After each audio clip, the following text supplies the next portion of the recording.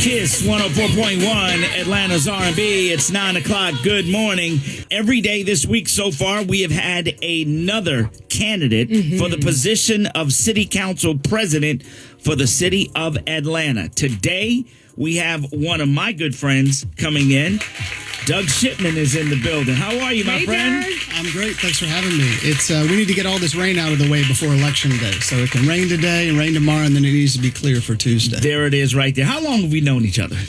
Oh, it's been at least 15 years, probably. Yeah. Back when I first started with the Center for Civil and Human Rights. We met very early on in that process. Very early. Doug is magna cum laude graduate of Emory University at Atlanta, holds a master's degree from Harvard in theological studies and public policy, Nina Brown. Oh, nice. He has a history of demonstrated leadership in Atlanta for Atlantans.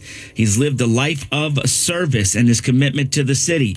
If you go to his site, they'll tell you that service makes a difference. He helped preserve that work and stories of the people who fought so hard to make Atlanta home of the civil rights movement. He served as the founding CEO of the National Center for Civil and Human Rights downtown.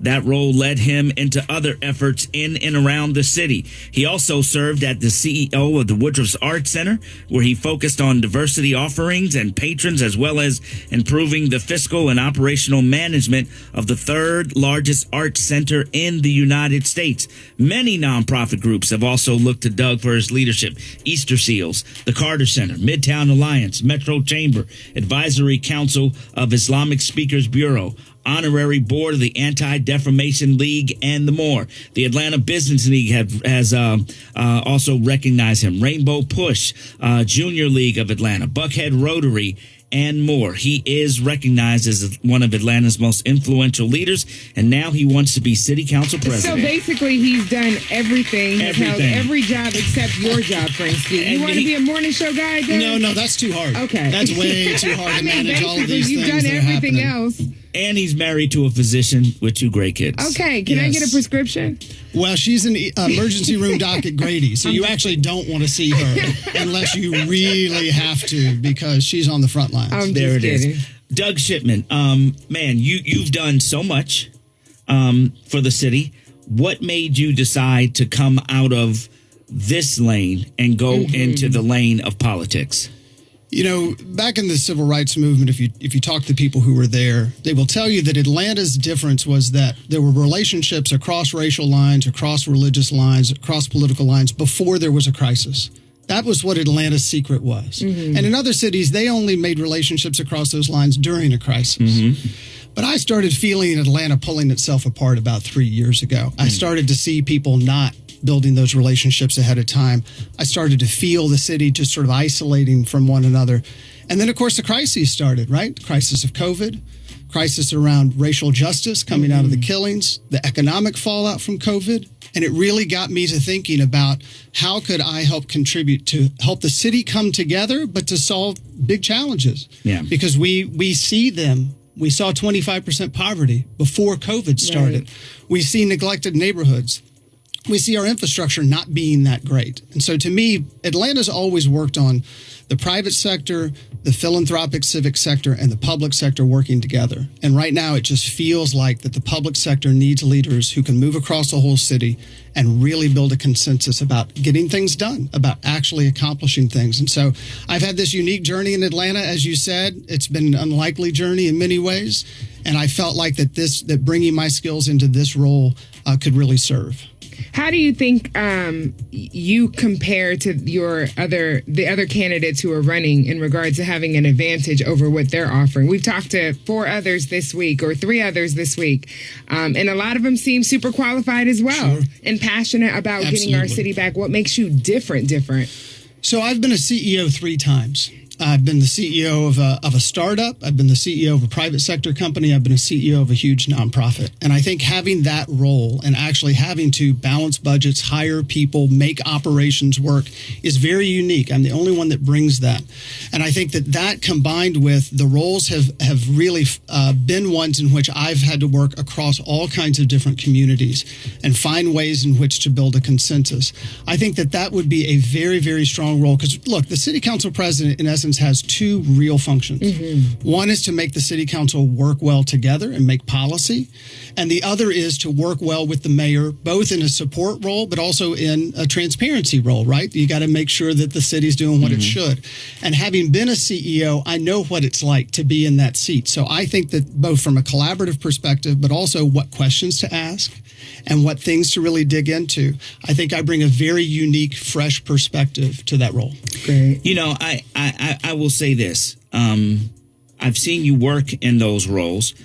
Other people have seen you. I mean, when Shirley Franklin called you to help raise the money to get the King papers, I remember that conversation. You have worked across the lines with many different people, especially when you work with the Anti-Defamation League. Atlanta is in a crisis, you know, and we need help as well as the whole country. Can we fix Atlanta?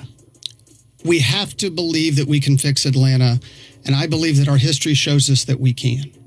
We have faced very tough situations as a city and as a community before, and we have always risen to the challenge, and we have also, at our best, not always, but at our best, we've expanded the table to include lots of people. You know, it reminds me, Lonnie King, who is no relation to Dr. King, he was the Morehouse student movement leader. He was the one who negotiated the desegregation of Riches with the mayor, with Dick Rich, who headed Riches, with Daddy King. And he was a 21-year-old Morehouse student, and he was at the table.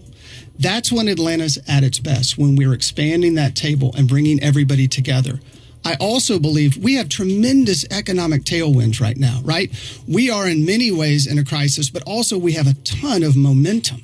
And the question is, how do you harness that momentum? And how do you make sure that it's not just for 75% of folks, or it's not just for certain parts of the city, but how do you take that economic momentum and make sure that entrepreneurs are getting their share of the investments and that neighborhoods are getting investments in sidewalks and parks that haven't had them before? So I believe that Atlanta not only can rise to this challenge, but I fundamentally believe that in this moment when the country is dealing with what are we going to be as a diverse society, I think Atlanta has a very unique role to play in helping the country figure out what the future looks like. If you could take a brush stroke, what would you say to those folks that are in Buckhead saying we need to be our own city? So as part of this campaign, I've moved all over the city. In fact, in 1 week, we had an event in every quadrant of the city. What's been interesting to me is that every neighborhood is basically talking about fundamentally the same issues: how we're growing, public safety, infrastructure, and services. So one is to solve Buckhead's problems is just to solve the city's problems. They aren't unique problems to Buckhead. But two, Buckhead City isn't going to solve Buckhead's problems. You can't actually just isolate that part of the city and think that it is magically going to get better. Combined with this, I mean, I can go into reasons around taxes and bonds and schools that it's not a good idea, but here's the bottom line. The people who really want Buckhead City live in Charlotte and Dallas and Nashville because they want to use that against us when we compete for talent and for companies and investments, because they will say, look at those guys. They claim to be able to get along. They claim this great legacy, and now they can't even solve their problems together. And so to me, we would give up a tremendous advantage that we have when it comes to competing with other cities if this were the case. Now, but I'll be honest with you. The new mayor, the new city council president, the new council members, if I'm lucky enough to be one of them, we're going to have 10 months to show real progress, or it is going to be very, very hard to convince people that the city can address the problems that we know we face. Doug Shipman, give everybody your information, how to see you. Absolutely. DougShipman.com is the website. I am easy to find on almost every social media channel.